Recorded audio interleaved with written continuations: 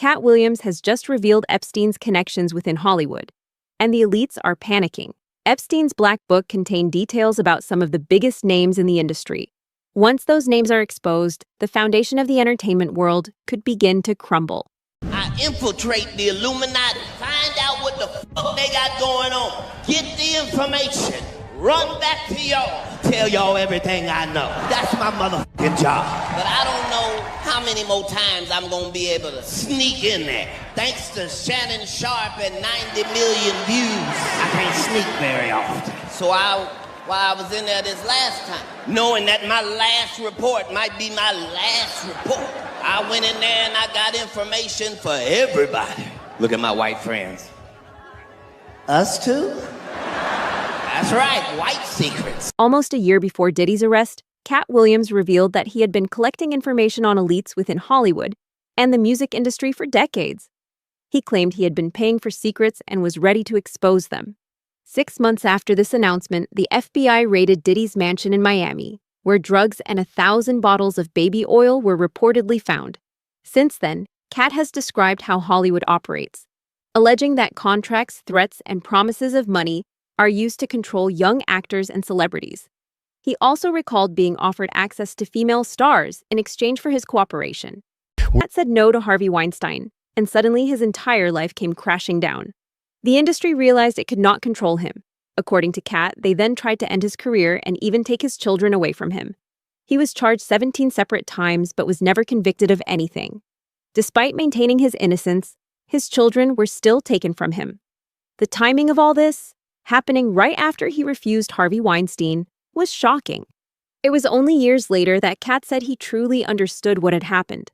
No, this is their 9th time coming to my house. The problem was this time they came to my office and took my kids from an office. Not from my house, from an office. So now when I can't have my kids at my office, that's an issue. I must be the most terrible black dude. Because here's the whole thing. You gonna charge me with child endangerment?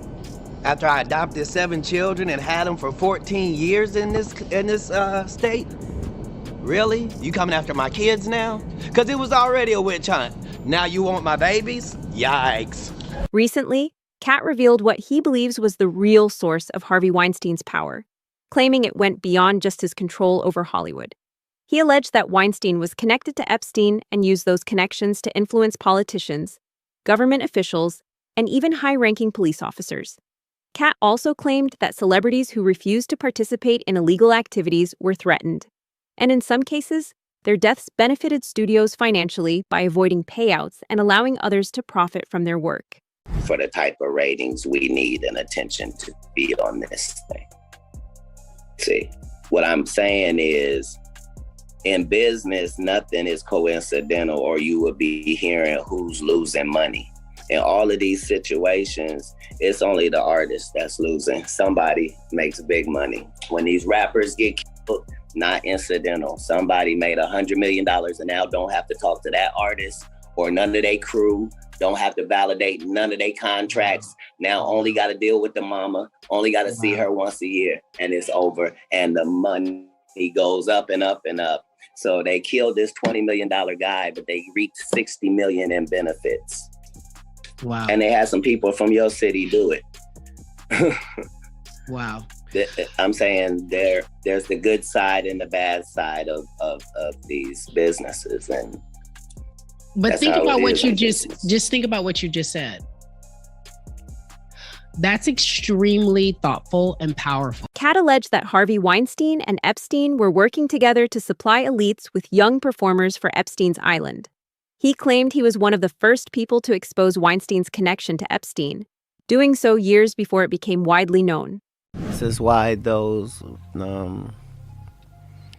one world people exist, because it's a very powerful concept to have and far too lucrative and beneficial to not. Everybody is a supplier.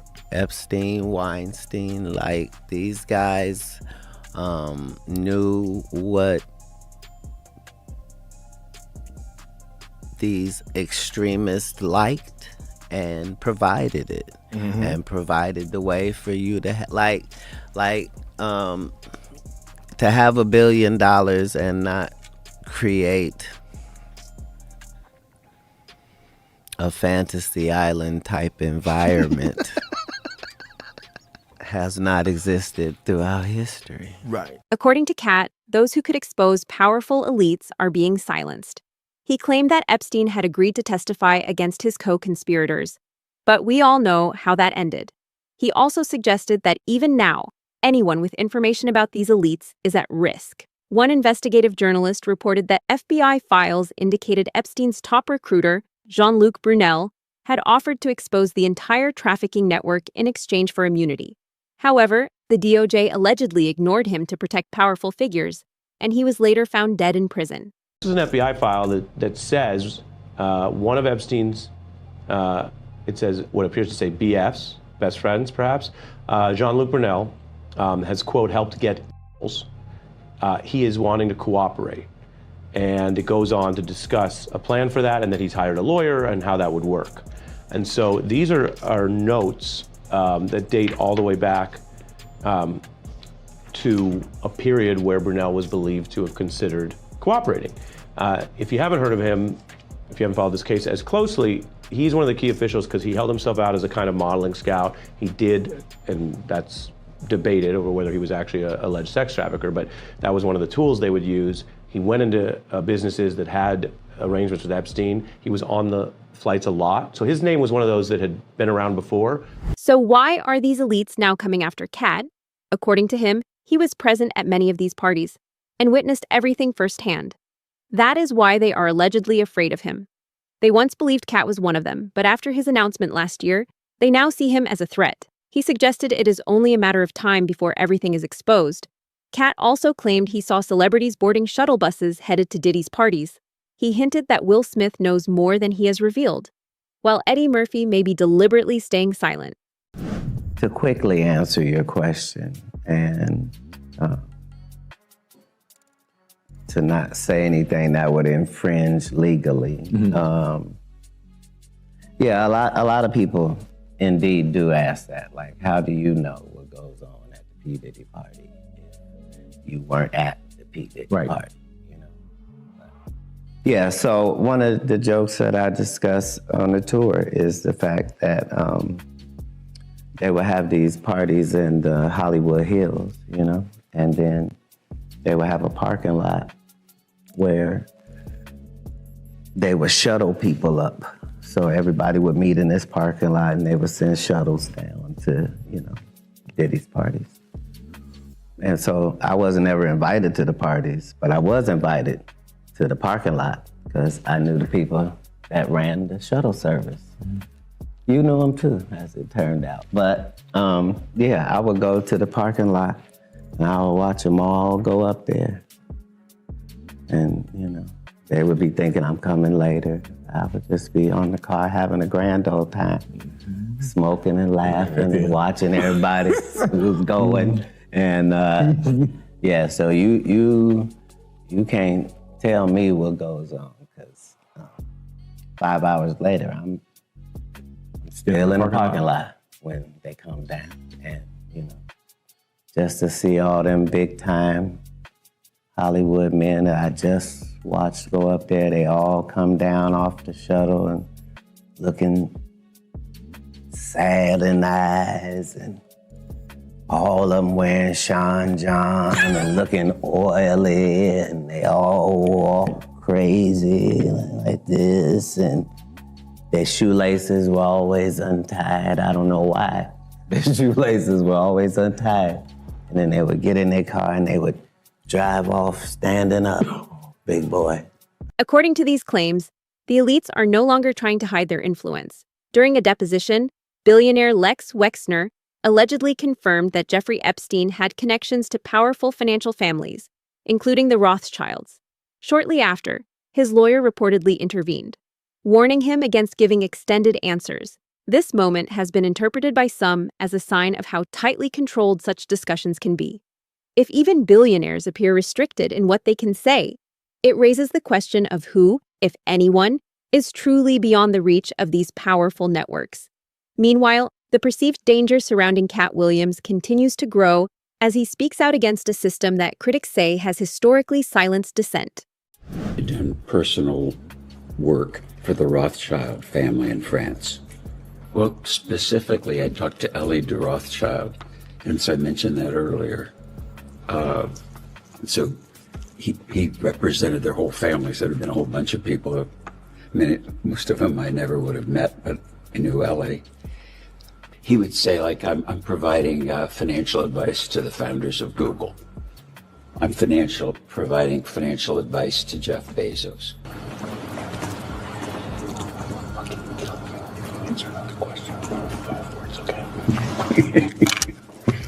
Answer the question. To illustrate the extent of Epstein's connections, it is claimed that he kept detailed records, including names, dates, and phone numbers of individuals associated with his island, along with information about victims. There were long-standing claims that only one copy of this record existed and that it remained hidden even after his conviction. Names, last names, area codes, okay? Who created this book? Epstein himself. This book was made by Epstein? This is a video of an FBI sting operation with Jeffrey Epstein's former house manager and an undercover FBI employee from 2009. The Palm Beach house manager, Alfredo Rodriguez, believes he is selling Epstein's address book to someone representing a lawyer of Epstein's victims. You will see a lot of important people here. He claims that the book contains contacts of powerful people, as well as Epstein's victims. So those are mostly underage girls, those numbers? They were very young.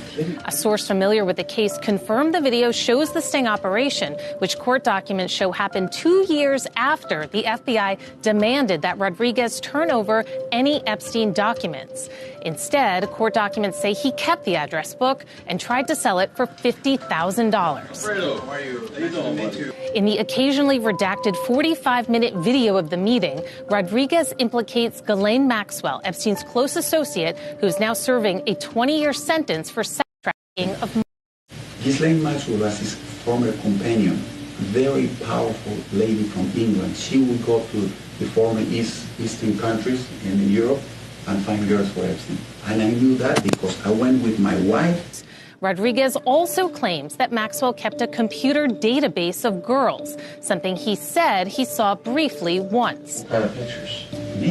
Naked girls from Sweden, from Romania, from Czechoslovakia, from Brazil. There are ongoing claims that the network Epstein was involved in may still be active, and that his death did not bring an end to it.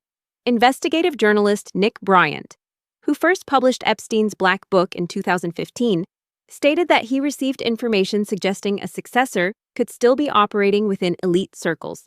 Bryant has spent over a decade investigating alleged trafficking networks and was even mentioned in Epstein's emails as someone causing concern. I'm curious, who do you think... Yeah, I don't know what if you have an answer for this, but I'm curious, who do you think is the next Jeffrey Epstein? Okay, so I was told that there was a Jeffrey Epstein understudy. And I don't know, I don't know if that source was correct or not. But at any given time, there are various Jeffrey Epsteins, children, that are protected. I mean, I know that because I'm a lightning rod for that type of stuff. People contact me all the time. And Jeffrey Epstein and Franklin aren't the only networks that have come around in the last 30 years. I mean, they're at any given time, there are various networks that work that are protected. Now, where can people look? What should people be wary of? How would someone identify this individual or this web of individuals? Well, with Epstein, he was identified in 1996. Maria Farmer went to the FBI in 1996 and said that he had child pornography.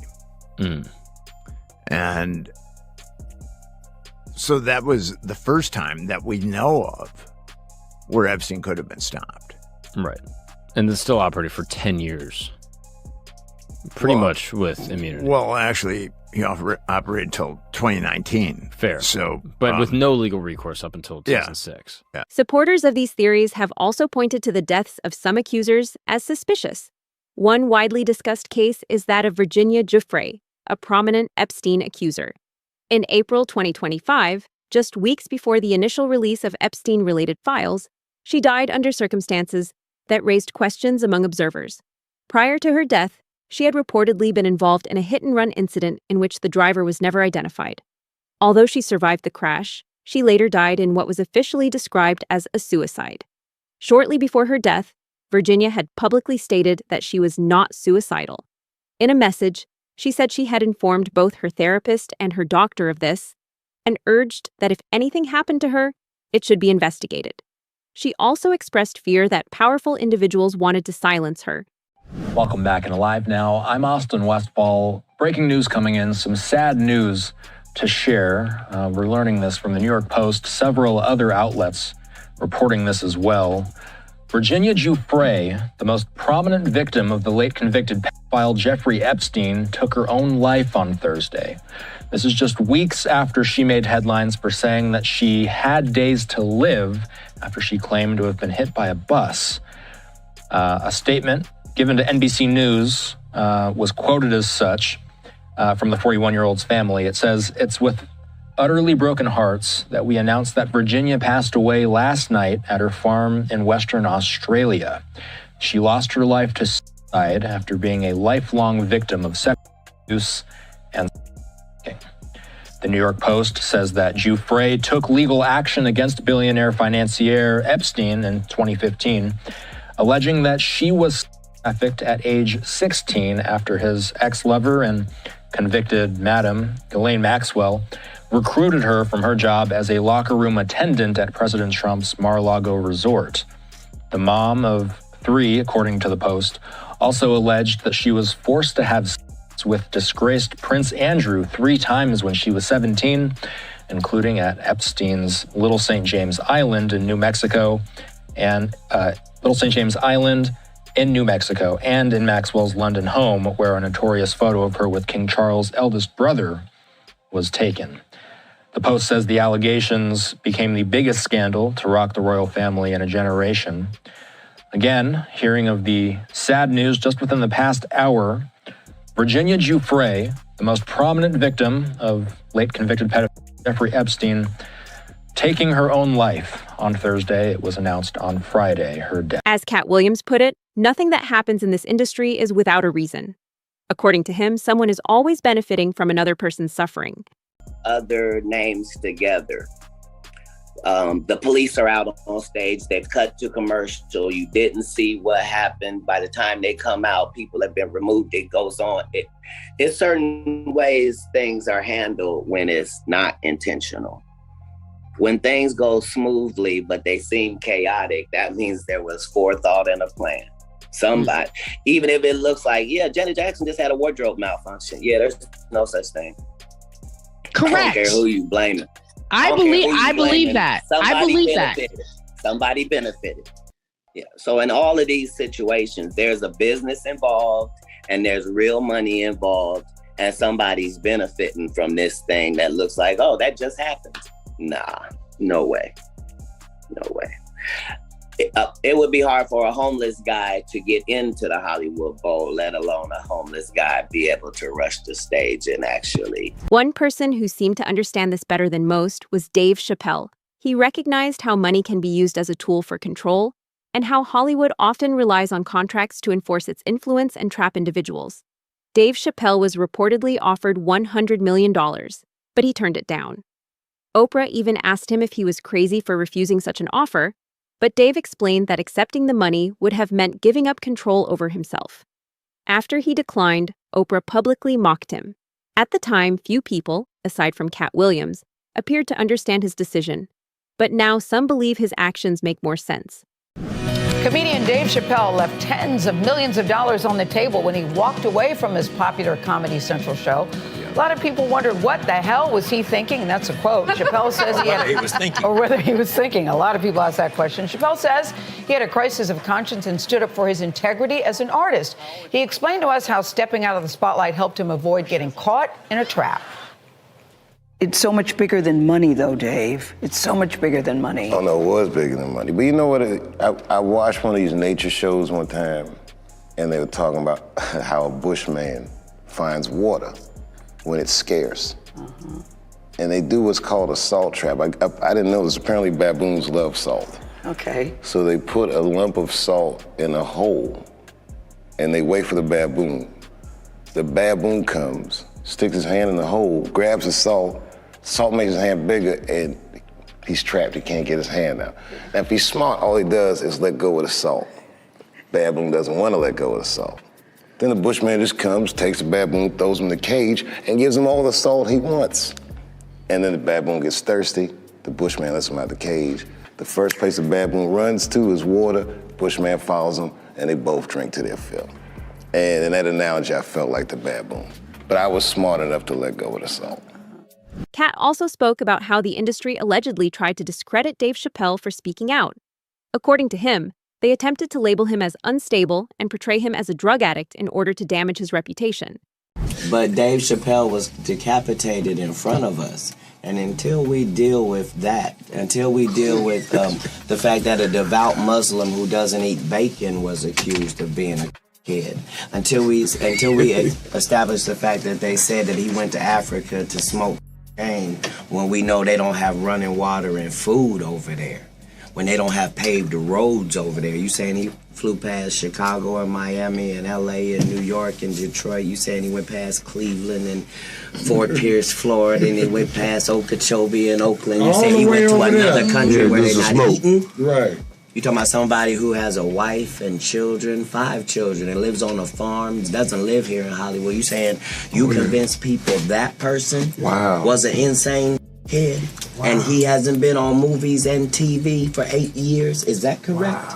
Okay, then don't tell me about what you want to tell me about. I just watched you decapitate the king in front of me, and then act like he's supposed to catch up and be a regular comedian like everybody else. But no. He didn't go for that. That's not how it went. He was out there with us for 20 years. They called him Pilot Boy because he had 19 pilots in Hollywood, and everybody passed on him and said his show wasn't worth it.